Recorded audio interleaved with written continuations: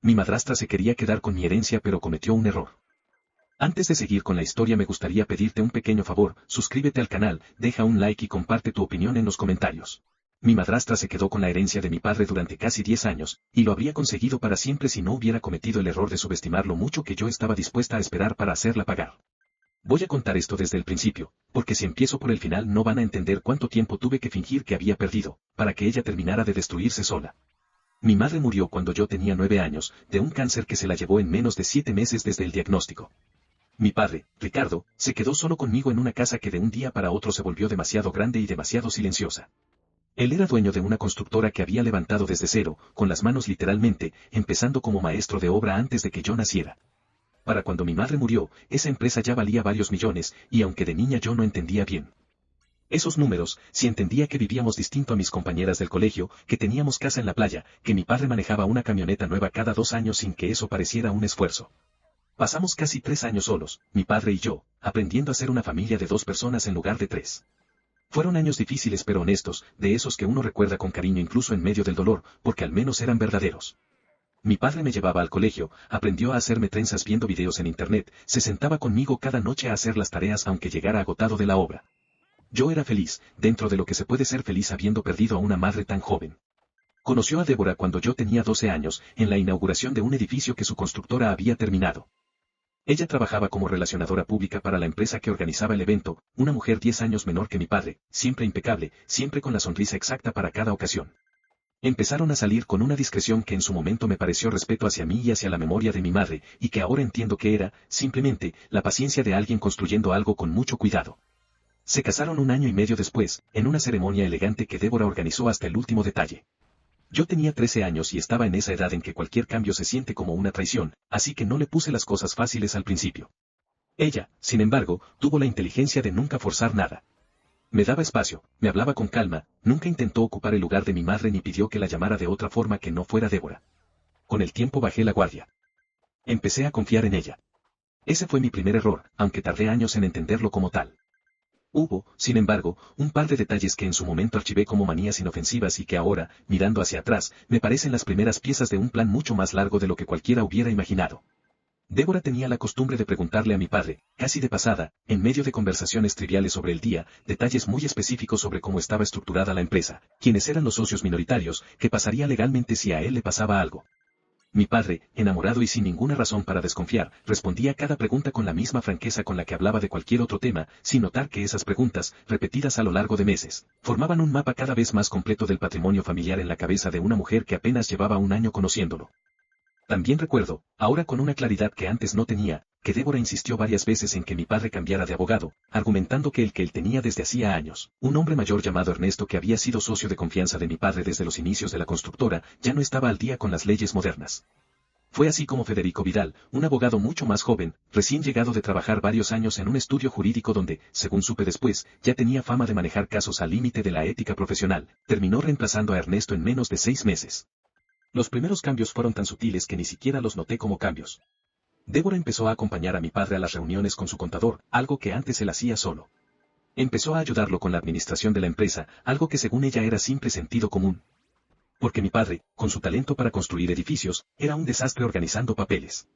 Poco a poco, sin que nadie lo decidiera de forma explícita, Débora se fue metiendo en cada aspecto financiero de nuestra vida, hasta que llegó un punto en que sabía más sobre las cuentas de mi padre que él mismo. Cuando yo tenía 16 años, mi padre empezó a tener problemas de salud que en su momento nadie relacionó con nada sospechoso. Dolores de cabeza constantes, mareos, una fatiga que no se le quitaba ni durmiendo 10 horas seguidas. Los médicos hablaban de estrés, de la edad, de la vida acelerada que llevaba manejando una empresa tan grande. Le diagnosticaron presión arterial alta, algo relativamente común en un hombre de su edad con su nivel de exigencia laboral, y le recetaron un medicamento diario que, según el cardiólogo, debía controlar el problema sin mayores complicaciones y se tomaba en la dosis correcta. Débora se volvió, en ese periodo, la esposa perfecta a ojos de todo el mundo, lo acompañaba a cada consulta, le preparaba comidas especiales bajas en sodio, le administraba personalmente sus medicamentos porque decía que él era un desastre para acordarse de tomarlos a la hora correcta. Recuerdo incluso haberla escuchado, en una cena familiar, bromear con unos amigos de mi padre sobre lo mucho que le costaba convencerlo de tomarse las pastillas, sobre cómo tenía que casi metérselas en la boca cada mañana antes de que él se fuera a la obra. En ese momento todos se rieron, incluido mi padre, y yo me sumé a la risa general sin sospechar absolutamente nada. Ahora, cuando pienso en esa época, se me revuelve el estómago de una forma distinta a como se me revolvía entonces, porque entiendo que esa broma, contada frente a testigos, era en realidad una coartada perfecta construida con meses de anticipación. Si alguna vez alguien encontraba rastros de exceso de medicamento en su organismo, ya existía una explicación circulando entre sus propios amigos sobre lo descuidado que era él mismo con sus dosis. Mi padre murió cuando yo tenía 17 años, 3 meses antes de cumplir los 18. Un infarto masivo, según el certificado de defunción, sin antecedentes cardíacos previos que lo explicaran del todo, algo que en su momento el médico de cabecera atribuyó al estrés acumulado y a una vida de exceso de trabajo. Nadie pidió una autopsia más profunda. Nadie, salvo yo, años después, cuando ya era demasiado tarde para exigir que se hiciera. El funeral fue enorme. Fue a esa edad, viendo a cientos de personas desfilar frente al ataúd de mi padre, que empecé a entender por primera vez la magnitud real de lo que él había construido, y también empecé a notar algo que hasta entonces se me había escapado. Débora, entre lágrimas perfectamente calculadas, ya estaba recibiendo condolencias con el tono de alguien que también estaba recibiendo confirmaciones. Recuerdo un detalle pequeño de ese día que en su momento no significó nada para mí y que años después se convirtió en una de las primeras piezas que encajaron en el rompecabezas completo. Ernesto, el viejo abogado que mi padre había reemplazado por sugerencia de Débora, se acercó a mí al final del funeral, me tomó las manos con una seriedad que contrastaba con el tono condolente de todos los demás, y me dijo, en voz baja, que si alguna vez necesitaba revisar cualquier documento relacionado con la empresa de mi padre, contara con él, sin costo, sin condiciones. En ese momento lo atribuí a la simple generosidad de un hombre mayor que había querido mucho a mi padre. Tardé 6 años en llamarlo. La lectura del testamento fue 2 semanas después, en la oficina del abogado de la familia, un hombre llamado Federico Vidal que llevaba años trabajando para mi padre y que, según descubriría mucho después, llevaba casi el mismo tiempo siendo mucho más cercano a Débora de lo que cualquiera hubiera imaginado. El testamento decía que la totalidad del patrimonio de mi padre, la empresa, las propiedades, las inversiones, quedaba bajo un fideicomiso que Débora administraría en mi nombre hasta que yo cumpliera 25 años, momento en el que recibiría el control completo.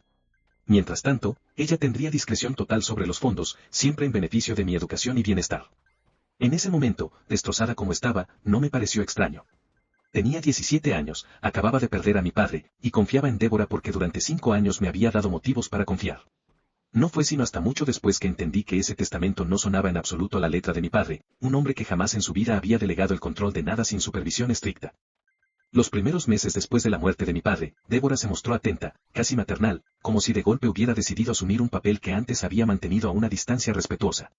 Me matriculó en un colegio privado nuevo, más caro, argumentando que ese era el tipo de educación que mi padre hubiera querido para mí. Contrató a una psicóloga para que me ayudara con el duelo, algo que en su momento agradecí genuinamente, sin saber que esas mismas sesiones terminarían, años después, siendo usadas en mi contra de una forma que jamás hubiera imaginado. Cuando cumplí 18 años, empecé a notar que el dinero que Débora me entregaba mensualmente, mi mesada como ella la llamaba con una sonrisa que ya empezaba a sentir forzada, era ridículamente pequeño comparado con lo que yo sabía, de forma vaga pero cierta, que valía el patrimonio de mi padre. Le pregunté, con el respeto que todavía sentía que le debía, cómo iban las cosas con la empresa, con las propiedades, con las inversiones. Ella me daba respuestas vagas, llenas de términos financieros que sonaban técnicos pero que en realidad no decían nada, y siempre terminaba la conversación con la misma frase, dicha con una paciencia que empezaba a sonarme más a advertencia que a cariño, que yo no tenía por qué preocuparme de esas cosas, que para eso estaba ella, que mi trabajo era estudiar y ser feliz, que el dinero estaría ahí cuando cumpliera 25 años. Entré a la universidad a estudiar administración de empresas, en parte porque me interesaba genuinamente el mundo en el que mi padre había construido su vida, y en parte, aunque no lo admitiera en voz alta ni siquiera conmigo misma, porque quería entender lo suficiente de números y contratos como para poder revisar algún día, con mis propios ojos, qué estaba pasando realmente con mi herencia. Débora apoyó esa decisión con un entusiasmo que en retrospectiva me parece casi cómico, porque estoy segura de que en ese momento no vio ninguna amenaza en una adolescente de 18 años estudiando contabilidad básica en un aula llena de otros 100 estudiantes. Fue en mi segundo año de universidad cuando conocí a Tomás, un compañero de curso cuyo padre trabajaba como perito contable independiente, especializado justamente en detectar irregularidades en empresas familiares. Le conté, casi como quien comparte una anécdota sin mayor peso, la situación de mi herencia, los números que no me cuadraban, la vaguedad constante de Débora cada vez que le preguntaba algo concreto. Tomás me sugirió que le pidiera a su padre una revisión informal, extraoficial, solo para tener una idea de si mis sospechas tenían fundamento o si simplemente estaba proyectando el dolor de la pérdida en desconfianza hacia mi madrastra.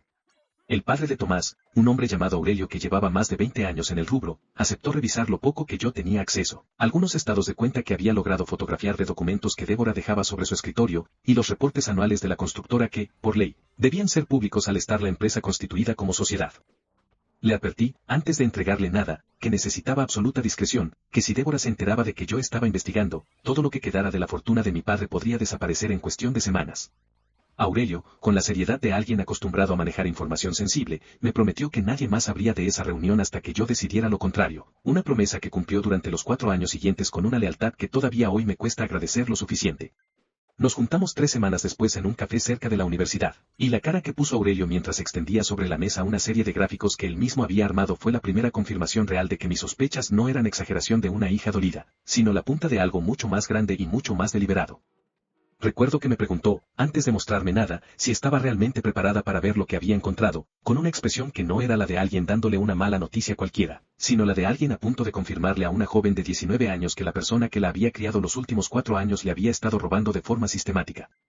Según sus números, en los 4 años transcurridos desde la muerte de mi padre, el patrimonio total de la familia había disminuido en más de un 60%.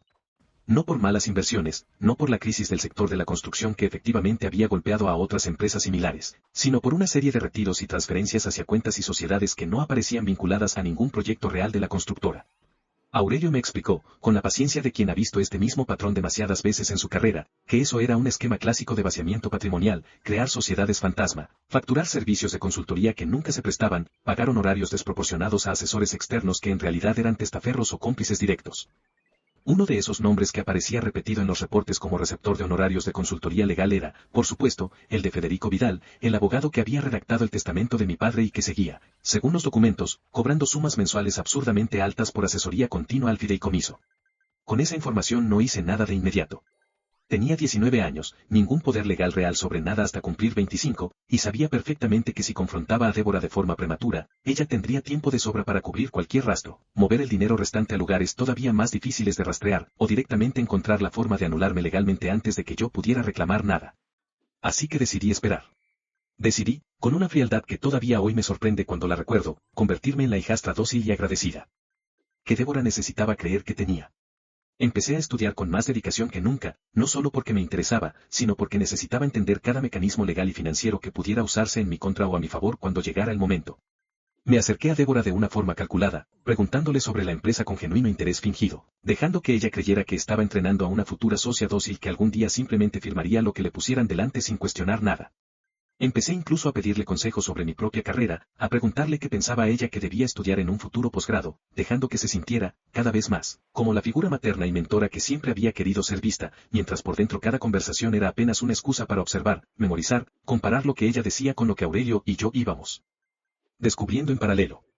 Guardé cada documento que pude fotografiar, cada conversación que pude grabar sin que se notara, cada dato suelto que Débora dejaba caer en momentos de descuido, convencida de que yo era demasiado joven, demasiado ingenua, o demasiado ocupada con mi propia vida como para atar cabos. Hubo noches en que, después de una cena familiar en la que había tenido que sonreír y agradecer y fingir gratitud durante horas, lloraba a solas en mi cuarto de la rabia acumulada, preguntándome si realmente iba a poder sostener esa actuación durante los años que todavía faltaban, si el precio de la paciencia terminaría siendo demasiado alto incluso si al final lograba recuperar lo que era mío. Fueron esas mismas noches las que, de forma paradójica, terminaron dándome la resistencia necesaria para seguir adelante, porque cada lágrima derramada en privado se convertía, al día siguiente, en una determinación todavía más fría y más calculada frente a Débora. Descubrí, en ese proceso, que Débora tenía una relación que iba mucho más allá de lo profesional con Federico Vidal desde antes, mucho antes, de que mi padre muriera. Encontré mensajes en una laptop vieja que ella había dejado de usar y que yo, con el pretexto de necesitar una computadora extra para la universidad, le pedí prestada sin que ella sospechara que yo sabía perfectamente cómo recuperar archivos que alguien creía haber borrado. Pasé una noche entera, con las manos temblando de la misma forma que le había visto temblar a mi padre en sus últimas semanas de vida, revisando carpeta por carpeta, archivo por archivo, sin saber muy bien qué estaba buscando hasta que lo encontré. Los mensajes databan de casi un año antes de la muerte de mi padre, y en ellos hablaban con una familiaridad que no dejaba lugar a dudas sobre la naturaleza de su relación, además de referencias veladas. Pero cada vez menos veladas con el paso del tiempo, a cuando esto termine y a cuando podamos estar juntos sin tener que escondernos. Había también, entremezclados con esos mensajes románticos, fragmentos de conversación sobre montos, porcentajes, y una mención recurrente al tiempo que falta, que en ese momento interpreté vagamente como referencias a la boda o a algún plan de viaje, y que solo cobraron su verdadero significado meses después, cuando pude cruzar esas fechas con el inicio de los problemas de salud de mi padre. El hallazgo que más me heló la sangre, sin embargo, no fueron esos mensajes románticos, sino uno en particular, fechado apenas 2 semanas antes de que mi padre empezara con los síntomas que después lo llevarían al hospital. Débora le preguntaba a Federico si estaba segura de que la dosis no dejaría rastro en un examen de rutina, y Federico le respondía que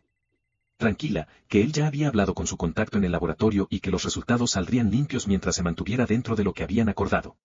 No entendí en ese momento a qué se refería exactamente ese mensaje, pero sentí, con una certeza física, en el estómago, que estaba leyendo la prueba de algo mucho más oscuro que un simple fraude financiero.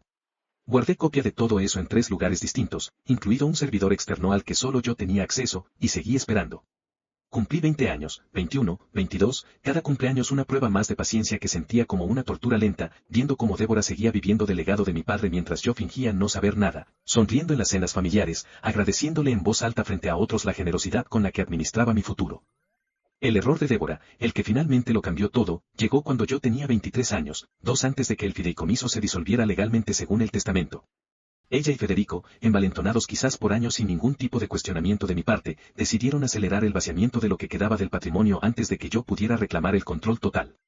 Empezaron a vender propiedades a precios muy por debajo del mercado a compradores que, según descubrí después, eran en realidad sociedades controladas indirectamente por el propio Federico, en un esquema para quedarse con los activos reales de la familia mientras a mí, al cumplir 25, me entregarían apenas la cáscara vacía de lo que alguna vez había sido la fortuna de mi padre. El problema para ellos fue que, para ejecutar ese esquema con la velocidad que necesitaban, tuvieron que involucrar a un tercer socio, un empresario llamado Gastón que compraría una de las propiedades más valiosas de la familia, un edificio comercial en el centro de la ciudad, a un precio muy inferior al real, con el compromiso de revenderlo después y repartir la diferencia con Débora y Federico. Gastón, sin embargo, resultó ser mucho menos confiable de lo que Débora había calculado. Cuando las cosas empezaron a demorarse más de lo previsto y él sintió que le estaban ocultando información sobre el verdadero valor del inmueble, decidió investigar por su cuenta y en ese proceso terminó contratando, sin saberlo, al mismo Aurelio, el padre de mi excompañero de universidad, para que hiciera una due diligence del edificio antes de cerrar la compra. Aurelio, que llevaba 4 años guardando en su memoria los números irregulares de la constructora de mi padre sin que yo le hubiera dado luz verde para hacer nada con ellos, reconoció de inmediato el patrón.